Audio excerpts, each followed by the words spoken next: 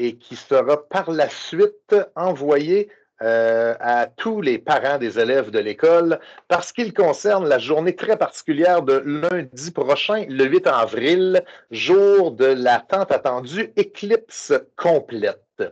Faites à noter, non, la Terre n'arrêtera pas de tourner. Il n'y aura rien de catastrophique lors de cette journée-là, sinon un événement scientifique rarissime, incroyable. Et à l'école secondaire de Rivière-du-Loup, on a décidé d'y participer comme la logique nous demanderait de le faire, d'être là et de le vivre comme un moment pédagogique, tout simplement, d'en saisir l'occasion.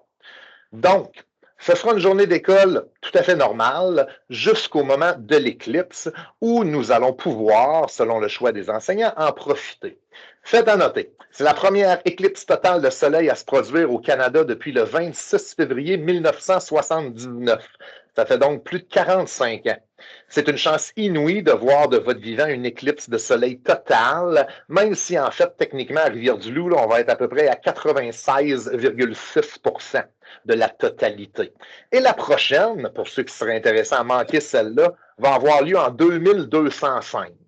Donc, vous n'en avez jamais vu et vous n'en verrez jamais d'autres de votre vivant, d'où l'importance d'en profiter, d'y participer. C'est ce qu'on croit fondamentalement.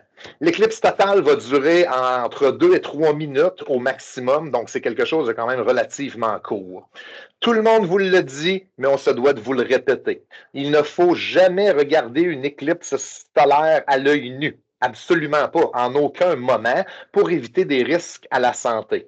Une fois qu'on le dit, c'est une consigne très, très simple. On ne regarde pas le soleil directement.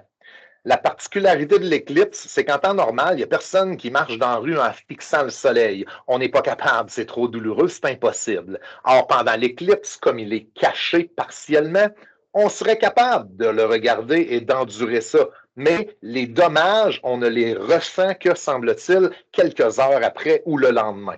Donc, c'est la raison pour laquelle votre réflexe habituel de ne pas regarder le soleil peut être affecté. C'est pour ça qu'il faut porter des lunettes de protection et ces lunettes-là vont vous être fournies gratuitement ici même à l'école. Donc, c'est une chance unique d'en profiter au niveau scientifique et tous les enseignants de l'école, tous les membres du personnel qui veulent y participer vont le faire aussi. Ce qu'on doit faire, par contre, c'est que le temps de l'éclipse, c'est normalement durant le transport scolaire. On va donc prolonger la journée de 30 minutes. C'est la période du dîner qui va être allongée de 30 minutes. Ça veut dire quoi? Ça veut dire que tout ce qui a lieu le midi, les activités du midi, les gymnases, la salle de conditionnement, le parascolaire, les récupérations avec des enseignants, va être prolongé de 30 minutes. Ça va nous amener à finir plus tard et l'horaire, pour ceux qui veulent le noter, on va l'envoyer par courriel, il va être écrit sur la place publique au bureau des techniciens loisirs. Je vais quand même vous le présenter pour ceux qui aiment ça à l'agenda. Vous pourrez l'y inscrire. Donc, le temps de partager mon écran. Normalement, il apparaît. Donc, on prolonge le midi de 30 minutes. Ça veut dire qu'on va commencer la P3 à 13h45. 1h15 après, elle va se terminer à 15h. Donc, la P3 de 13h45 à 15h. Ça veut dire que les activités au gymnase ou parascolaire ou la récup peuvent s'étirer jusqu'à 13h30. Il y aura une pause, comme d'habitude, de 15 minutes, de 15h à 15h15, donc de 3h à 3h15. Et il y aura ensuite la P4 de 15h15, de 3h15 à 16h30. À 16h30, la cloche va sonner, les autobus vont vous attendre et vous allez retourner à la maison comme toutes les autres journées de l'année, tout simplement. Faites à noter, vos enseignants sont au courant.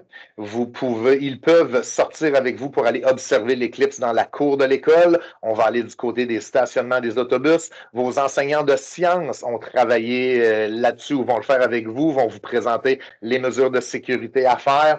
Je tiens à remercier d'ailleurs toute l'équipe des enseignants de sciences ainsi que Madame Madame Julie, qui est la conseillère pédagogique, Madame Julie Mancé-Morneau, qui a travaillé très fort à la préparation de ça.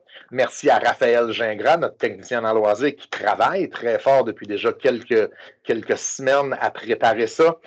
Vous serez et nous serons très nombreux dans la cour à regarder ce phénomène incroyable en espérant que la température va être la bonne pour le faire. Dernier petit point que j'ai oublié de mentionner tout à l'heure, je départage mon écran. À la pause, lundi prochain, de 3h à 3h15, personne ne sortira à l'extérieur. Donc, ça veut dire que nos fumeurs et nos vapoteurs, on ne vous laissera pas aller dehors pendant la pause, malheureusement. Ça va être un 15 minutes là, dans votre vie où vous devrez vous retenir de fumer ou de vapoter.